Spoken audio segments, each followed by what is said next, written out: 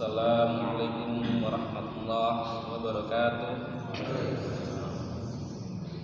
Innal hamdalillah nahmaduhu wa nasta'inuhu wa nastaghfiruh wa na'udzu billahi min shururi anfusina wa sayyi'ati a'malina may yahdihillahu fala mudilla lahu wa may yudlil fala hadiya lahu. Asyhadu an la ilaha illallah wahdahu la syarika lahu wa asyhadu anna Muhammadan abduhu wa rasuluhu la nabiyya ba'dahu. A'udzu billahi minasyaitonir rajim. Rabbi shrah li sadri wa yassir li amri wahlul 'uqdatam min lisani yafqahu qawli. Jamaah subuh yang berbahagia, izinkan saya untuk duduk di depan sini, di sekeliling ini untuk menyampaikan hukum yang sudah menjadi rutinitas kegiatan kita di Masjid As-Shohir yang sangat kita cintai ini.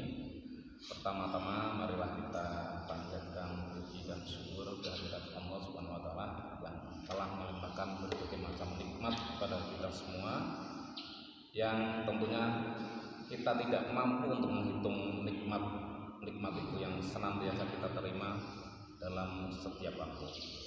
Shalawat dan salam senantiasa kita haturkan pada junjungan kita Nabi Allah Rasulullah Muhammad Sallallahu Alaihi Wasallam yang telah memberikan petunjuk kepada kita semua sehingga kita terbebas dari masa-masa jahiliyah. Saudara-saudaraku, jamaah Masjid As-Shohir yang sangat dimuliakan Allah, sungguhnya saya duduk di depan ini tuh sangat-sangat banyak sesuatu yang bergetar itu. Kenapa? Ya seperti yang kita share di grup itu ya, ada keluhan sing bertahan saya ini sing tua itu. Lah kalau saya termasuk bagian yang muda itu, kemarin sempat yang lewan itu keistiqomahannya. Ya betapa memang pejuang subuh itu benar-benar ya berjuang. Kalau tidak kita perjuangkan ya nggak akan sampai di tempat yang mulia ini. Jadi memang ya Allah itu menjadi koreksi kami lah, terutama saya sendiri, betapa untuk istiqomah itu sangat-sangat luar biasa beratnya ternyata. Meskipun banyak perangkat yang bisa mendukung kita, diantaranya HP yang bisa membangunkan kita setiap saat kita inginkan ya. Ternyata untuk sekedar men-setting kita bangun lebih awal sebelum adzan itu nyatanya saya sendiri nggak men-setting itu, sehingga kesempatan subuhnya terlewat, tidak mendapatkan jamaah di masjid yang mulia.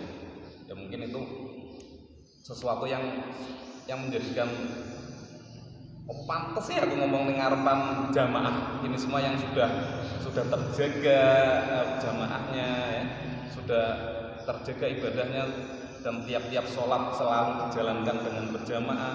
Terus saya ngomong menasehati itu kayaknya sangat-sangatlah tidak pantas gitu. Cuma memang di sini kan diniati untuk sarana belajar, sehingga semangat itu muncul lagi. Terus Pak oralah apa sing diomongke, mudah-mudahan itu menjadi penyemangat untuk diri saya sendiri ya. Kalau misalkan ada manfaat bisa untuk menyemangati yang lain ya syukur alhamdulillah. Untuk kesempatan kali ini saya akan menyampaikan karena ini momennya momen Sya'ban ya. Kemarin kita sudah mau melewati bulan Rajab yang banyak saudara-saudara kita memperingatinya dengan Isra Mi'raj. Saya akan mencoba untuk menyampaikan itu. Diawali dengan pertanyaan di sebuah forum kajian yang dilaksanakan di sebuah kampus ya, perguruan tinggi Islam. Di situ ada mahasiswa yang menanyakan kepada Ustaznya, ya Ustadz, di kampus ini saya belajar tentang agama Islam, tapi ada beberapa dosen kami yang tidak percaya akan adanya peristiwa Isra dan Mi'raj, perjalanan Rasul yang diperjalankan oleh Allah Subhanahu wa taala dari Masjidil Haram ke Masjidil Aqsa dan ke Sidratul Muntaha dalam waktu semalam. Sang Ustadz menjawab, ketidakpercayaan dosen itu karena apa? Ya, karena dosen itu berpikirnya dengan logika, dengan ilmiah, dan tentunya dengan keterbatasan dosen itu. Karena peristiwa Isra dan Mi'raj ini itu bukan sesuatu perjalanan yang harus dipahami dengan logika manusia. Itu memang perjalanan Isra dan Mi'raj itu ya betul-betul ilmiah, bisa dijelaskan dengan sains itu bisa. Cuman ada sesuatu yang membatasi kemampuan kita sehingga untuk menerima pengetahuan tentang perjalanan Isra dan Mi'raj itu ya harus disertai dengan keimanan. Jadi tidak hanya dengan ilmiah saja, tapi ada landasan keimanan yang sehingga bisa menerima dan bisa memahami bahwa perjalanan Isra dan Mi'raj itu betul-betul memang dilaksanakan karena kehendak Allah Subhanahu wa taala, sebagaimana yang difirmankan dalam ayatnya di surat Al-Isra ayat pertama. A'udzu billahi minasyaitonir rajim. Subhanalladzi asra bi 'abdihi lailan minal masjidil harami ilal masjidil aqsal ladzi barakna haulahu linuriyahu min ayatina innahu huwas sami'ul basir. Maha suci Allah yang telah memperjalankan hambanya.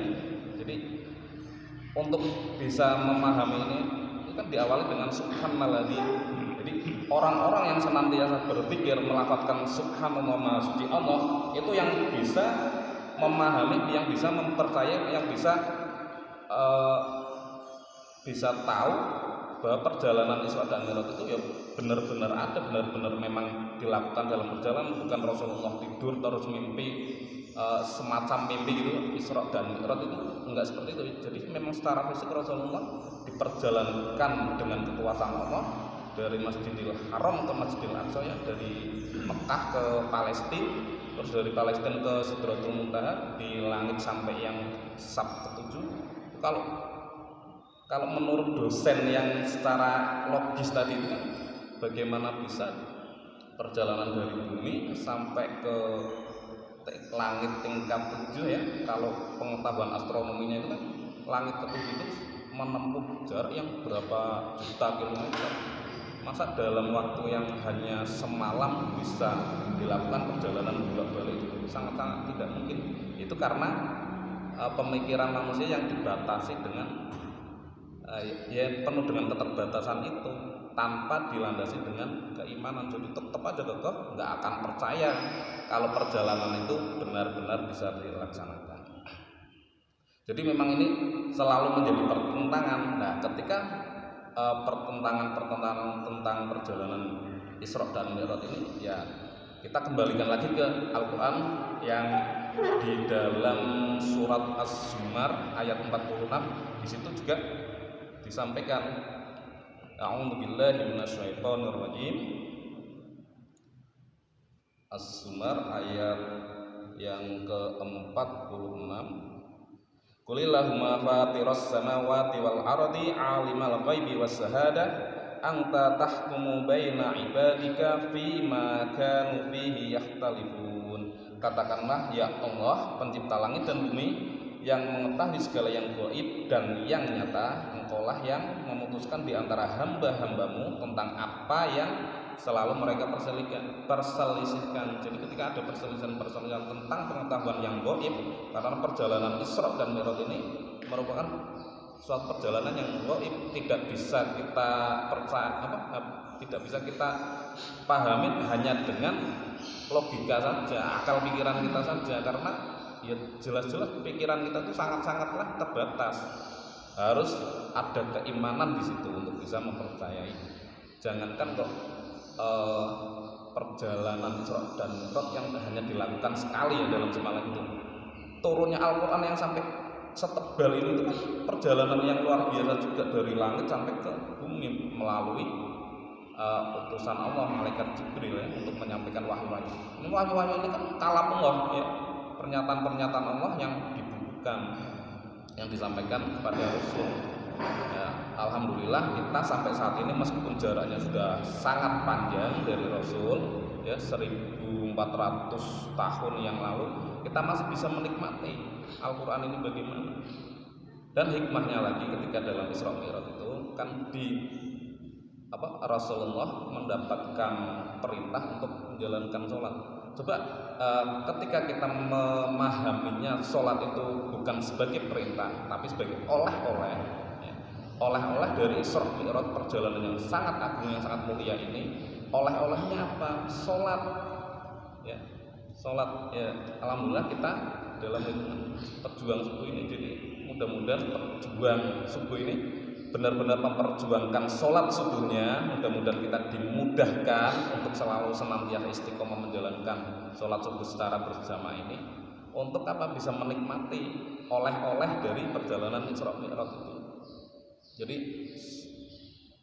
sholat yang senantiasa kita laksanakan itu jangan hanya dianggap sebagai sebuah kewajiban, karena ternyata apa? Allah itu tidak butuh penyembahan kita. Tanpa kita sembah pun Allah ya tetap Tuhan, ya, tetap zat yang sangat mulia. Jadi sebetulnya sholat itu ya menjadi kebutuhan kita. Karena apa? Sholat ini betapa mulianya sampai perintahnya pun disampaikan di atas sana. Rasulullah yang diperjalankan sampai sana baru diperintahkan sholat. Jadi betapa agungnya sholat ini. Jadi betapa meruginya kita jikalau kita melaksanakan sholat ya tidak sungguh-sungguh, tidak khusyuk.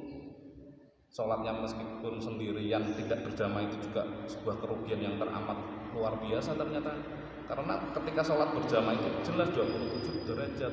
Terus kita terlambat sholatnya sendirian munfarid, hanya satu, nggak akan bisa ngoyak yang 27 ini sampai kapanpun, meskipun ditutup dengan ibadah-ibadah yang lain, kan begitu. Ya, untuk itu mari kita berdoa bersama semoga dalam pejuang subuh ini dimudahkan, selalu istiqomah. Mungkin itu yang bisa saya sampaikan.